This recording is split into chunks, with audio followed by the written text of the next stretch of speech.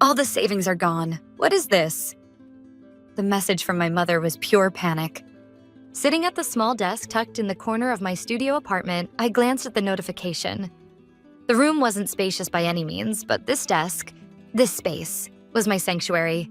With a cup of drip coffee in hand, I quietly analyzed the situation. This was the place I built to live by my own rules. Without a moment's pause, my phone began to buzz violently with an incoming call from my father. When it switched to voicemail, an angry voice spilled out. "Alyssa, pick up the phone right now. What did you do at the bank? Explain yourself." A few seconds later came a worried text from my younger sister, Sophia. Mom's screaming and crying. What's going on? I read all of them but didn't reply. Instead, I reached into my desk drawer and pulled out a small key. Everything began on my 21st birthday. That was the day I went to the downtown headquarters of the bank to claim the ticket to my future. The one my grandfather had left for me. $550,000. With that money, I planned to fulfill my long-held dream, to develop a financial literacy app for young people. My business plan had been rewritten dozens of times until it was perfect. I remember pushing open the heavy revolving door of the bank, my chest swelling with anticipation. I had no idea that only a few hours later, I'd be plunged into the lowest point of my life. This is the record of my quiet battle, one I began alone, to reclaim the future that was stolen from me. A month earlier, on the morning of my 21st birthday, I woke up early and pulled a navy suit from the back of my closet, the one I'd barely ever worn. It was a gift from my mother for my college entrance ceremony. As I buttoned the jacket in front of the mirror, memories of my grandfather surfaced. He had been an engineer, the only one who truly understood my fascination with how things worked, how systems connected beneath the surface. "Alyssa, you have a gift for reading the stories hidden behind numbers," he used to say. He'd show me old stock charts and teach me about the economy like it was a giant puzzle. "That's why, when you turn 21, I'm leaving you a seed fund for your future." That seed fund was a trust worth $550,000. Both my parents knew about it, of course. But my grandfather's will clearly stated that the money belonged only to me. I slipped my business plan into my bag. Its title, Pocket Tutor. It was a financial education app designed to teach young people about money through a game-like experience.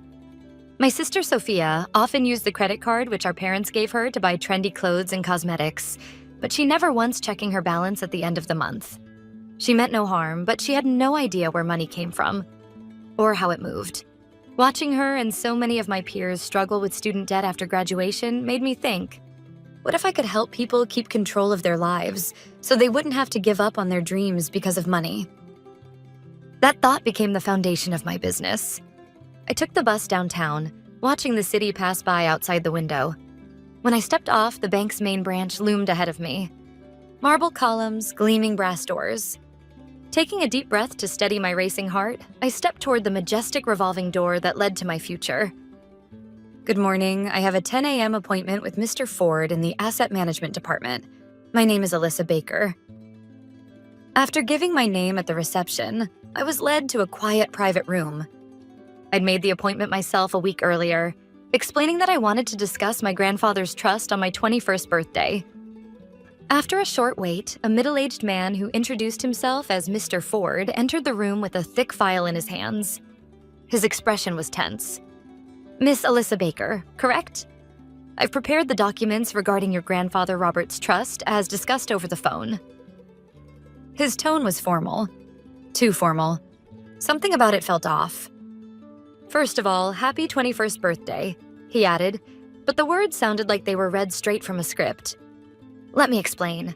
Initially, your grandfather's trust was set up so that, upon your 21st birthday, full access to the assets would transfer to you. That was indeed the original agreement." Was? The past tense made my heart drop. Mr. Ford didn't answer directly.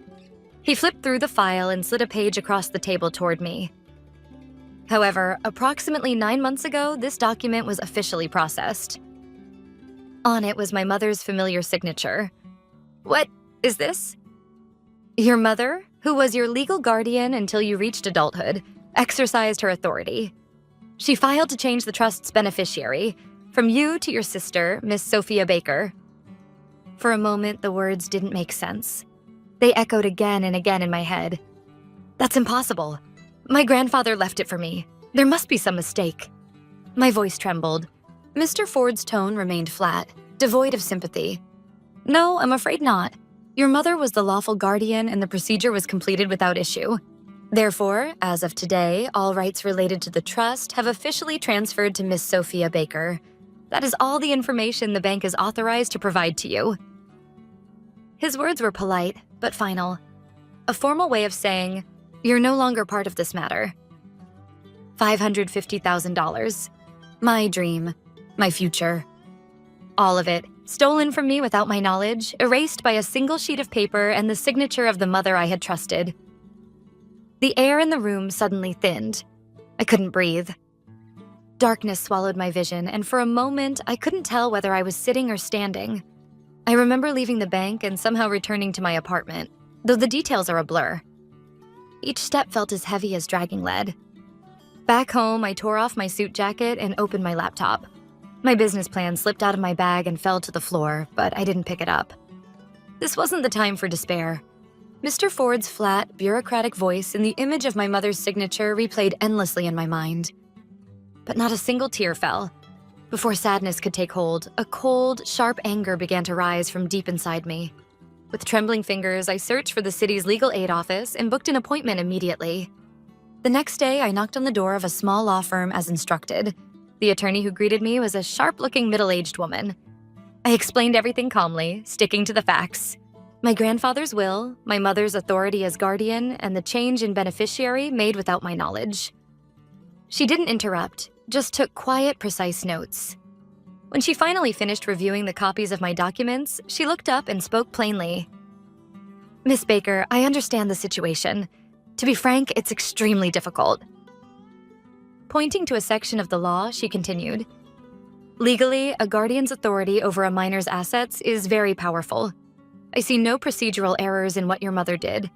In other words, this transfer is considered legitimate." Legitimate? Yes. To overturn it, you'd need to prove that your mother intentionally deceived you and take her to court. But that would be a messy family lawsuit. Costly, time-consuming, and with very little chance of success. Her words shattered the faint hope I had been clinging to, but I didn't bow my head. "I see. Thank you for your time." I thanked her and left the office. Instead of feeling hollow, my mind was already moving on to what I needed to do next. Back at my apartment, I called my mother. After several rings, she finally answered, pretending not to know a thing. "Oh, Alyssa, how rare. You calling me?" "Explain the trust." My blunt words were followed by a brief, heavy silence. Then her tone shifted, hardened, defensive. "Oh, that. I did it for your own good. You can't handle that kind of money. Sophia's more practical. She'll make better use of it." Her words made my blood boil, but I forced myself to stay calm. That money was what Grandpa left for me. So what?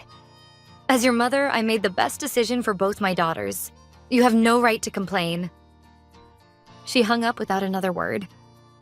Plan change. I had no intention of backing down quietly. After the call, silence filled the room, a suffocating, frozen kind of quiet. Beyond anger now, it felt as though my heart itself were turning to ice. I gathered the scattered pages of my business plan and threw them into the trash. That plan had been built on a fragile foundation. Family trust. Never again would I build anything that depended on someone else. That night, I didn't sleep. Instead, I began sorting through my grandfather's belongings. I couldn't trust anything that had passed through my mother's hands. There was one thing he had given me directly, a small wooden box that smelled faintly of old leather. Inside were his worn drafting tools, faded family photographs, and a few mystery novels he had loved. I wasn't looking for nostalgia. I was desperate, searching for any message, any clue he might have left for me alone. Then, as I lifted one of the thick novels, I felt something hard pressed between its pages. I opened it carefully. Inside was a small envelope. When I tore it open, a single metal key slid out, cold, heavy, engraved with the bank's logo. On the back of the envelope, in my grandfather's familiar handwriting, were these words: "Safe deposit box, main branch, basement, it's yours." My heart leapt. A safe deposit box, separate from the trust. Something private, unrecorded, and possibly untouched. Just how much had my grandfather foreseen? The next morning, I stood once again before that same imposing bank. This time, there was no anticipation, no sentimentality, only a cold resolve. This key was my last hope. I handed the key and my ID to the staff member in charge of the vaults. They led me through a massive steel door into a chilled, silent room lined wall to wall with metal boxes. I pulled out the drawer matching my key's number. It was heavier than I expected. My hands trembled as I opened the lid. Inside wasn't paperwork, nor keepsakes. It was filled edge to edge with a dull, unmistakable golden glow. It was gold bullion. Each bar bore stamps guaranteeing international quality. On top of the stack of bars lay a folded note and a few documents. The paperwork proved in official terms that this safe deposit box and everything inside it were registered in my name alone, Alyssa Baker.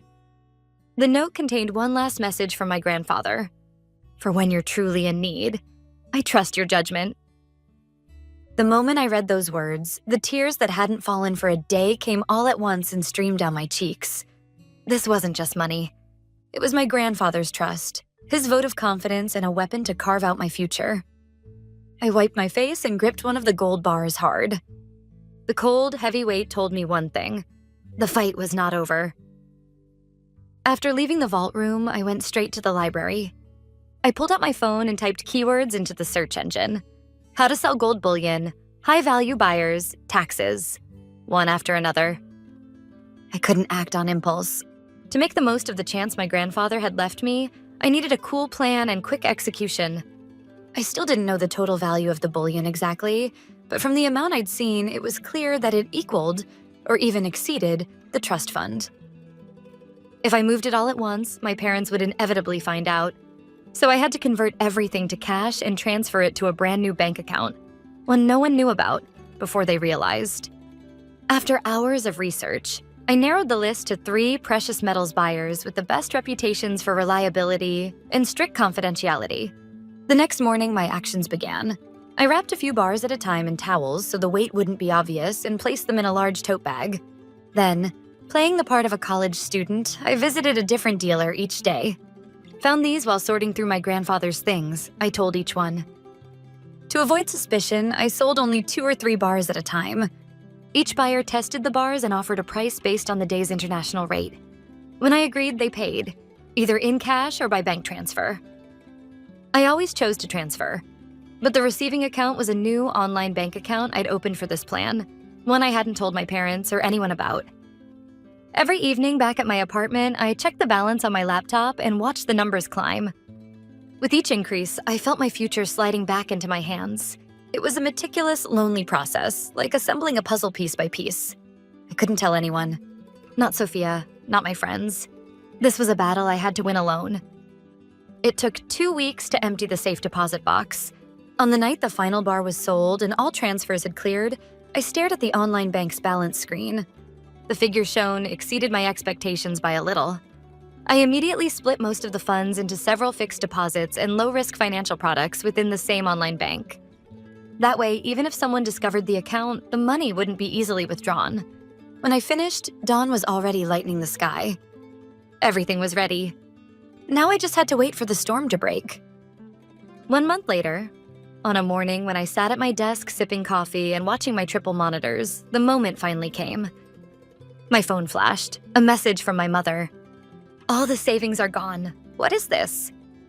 I glanced at it and slowly withdrew my hands from the keyboard. Apparently, my mother had planned to use the trust, now in Sophia's name, for investments. But because the trust's terms required funds be used for educational purposes, they couldn't be counted on for her intended investments. Panicked, she had apparently combed through Grandpa's belongings and discovered the safe deposit box, only to realize too late that I had already finished with it. That was my theory based on her frantic tone. It seemed plausible. I let the message sit unread for a few minutes.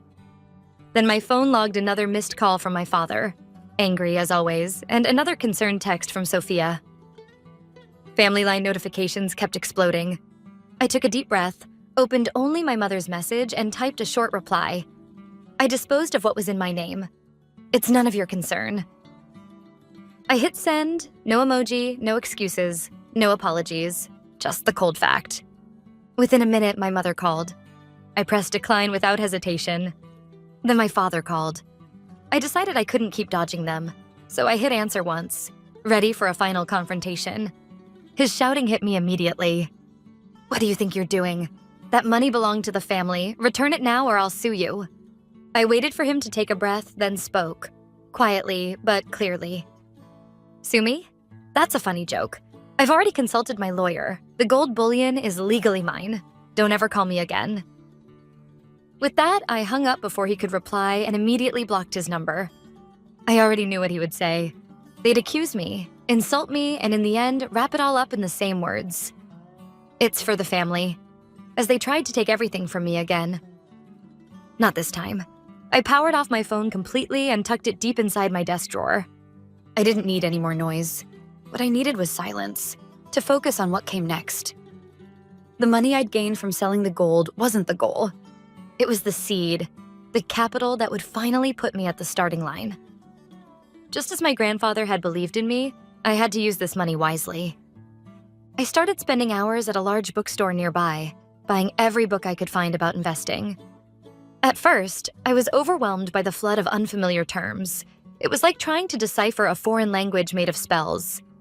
I filled notebooks with words and their meanings, one by one. At night, I devoured free university lectures on economics online.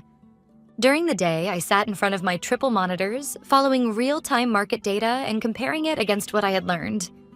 I began small, with demo trades using minimal amounts. For the first month, my balance shrank at an alarming pace. Frustrated, I nearly slammed my keyboard more than once, but every time I remembered my grandfather's words. Effort is the only thing that matters. I swallowed my frustration and pressed on. Every mistake was recorded in detail. I analyzed them objectively and began building a set of rules, one at a time, to make sure I'd never repeat them. After 6 months of trial and error and demo trading, I imposed a strict condition on myself. I won't touch real money until I've had 3 consecutive profitable months. It took 8 months from the day I began studying, but I finally achieved it. With cautious confidence, I invested a small portion of my portfolio into several IT sector stocks I had thoroughly analyzed myself. The feeling of putting my real money into the market for the first time was raw and electric, completely different from a demo. The turning point came 3 months later. A small software company announced a groundbreaking new technology. While most investors hesitated, I trusted my analysis and concentrated most of my funds into that one company. It was a gamble, but not a reckless one. It was a calculated risk, backed by exhaustive research. A month later, when a major tech corporation announced a partnership with that same software company, its stock price tripled in a single day. My assets skyrocketed overnight. It was the moment all those quiet, relentless days of study and analysis finally bore fruit. From that point on, my investments began to follow a stable upward path. By the end of the first year, my net worth had grown by more than 50% beyond the value of the gold I had sold. With financial independence came a new kind of calm, a sense of freedom I had never known. And that's when an old idea resurfaced, the business plan I once wrote for Pocket Tutor. I decided to start small, with a blog and a series of intimate online workshops. I wrote articles explaining the basics of stock investing without jargon, mixing in my own failures and lessons. After about 3 months, people began sharing them on social media. Then I announced weekend online workshops for my readers. The participation fee was minimal, low enough that even students could afford it. It was a small group, limited to 10 people, and yet the session filled up within a day. After each workshop, I received messages of gratitude from participants. The joy I felt was different from the thrill of financial gain. It was deeper, purer. Earning money wasn't the only form of independence.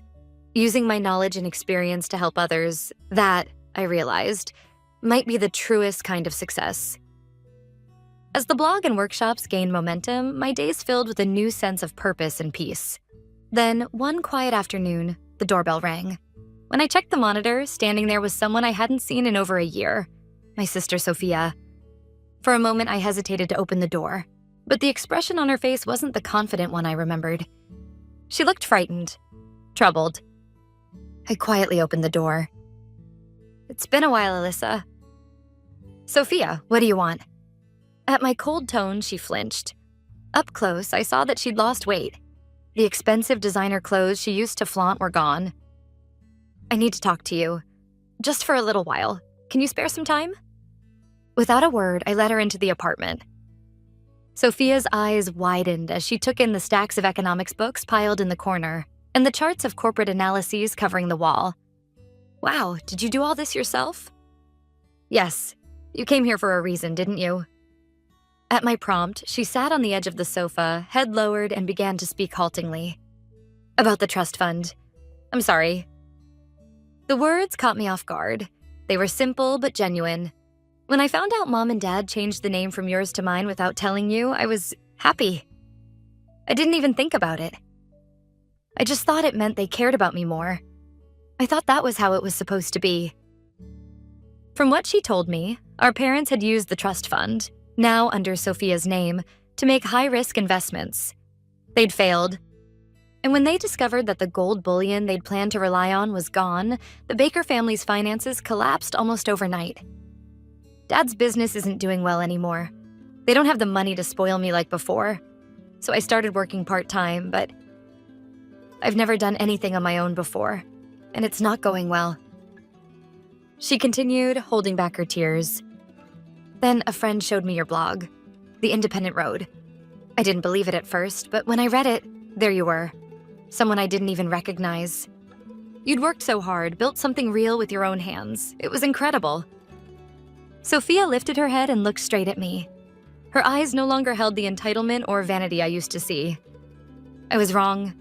I spent my whole life doing whatever they told me, never thinking for myself, but I don't want that anymore.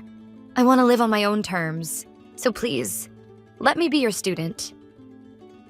I found myself speechless at the sight of my sister pleading. The ice that had been lodged in my heart for over a year slowly began to melt. After a long silence, I stood, walked to the kitchen, and poured 2 cups of coffee. I set one quietly in front of her. "Do you understand what it means to be my student?" I asked. She nodded firmly. "It's not an easy path. No one will save you, and you alone are responsible for every choice. That's the first thing I teach in my workshops." "I understand, but I still want to do it." Her eyes told me her resolve was real. I opened my desk drawer, took out a single $100 bill, and placed it on the table. "This is your first assignment." Sophia looked at the bill, puzzled. "Use that $100. Invest it in something of your own choosing. Stocks, a book, something that helps you grow. In 1 month, I want you to present the results and tell me why you chose that investment." "What if I fail?" "What you learn from failure is what matters most. The answers aren't given to you. You find them yourself." That was the beginning of our new relationship. After that day, Sophia truly became my student. She took notes more diligently than anyone, studied the market tirelessly. She still made plenty of mistakes, but her face now shone with a vitality I had never seen before. We weren't the kind of sisters who went to cafes together and laughed over small talk, but we had something else, a new bond born from shared purpose. We debated market trends, exchanged analysis reports, and grew side by side. Since then, I haven't spoken to our parents once.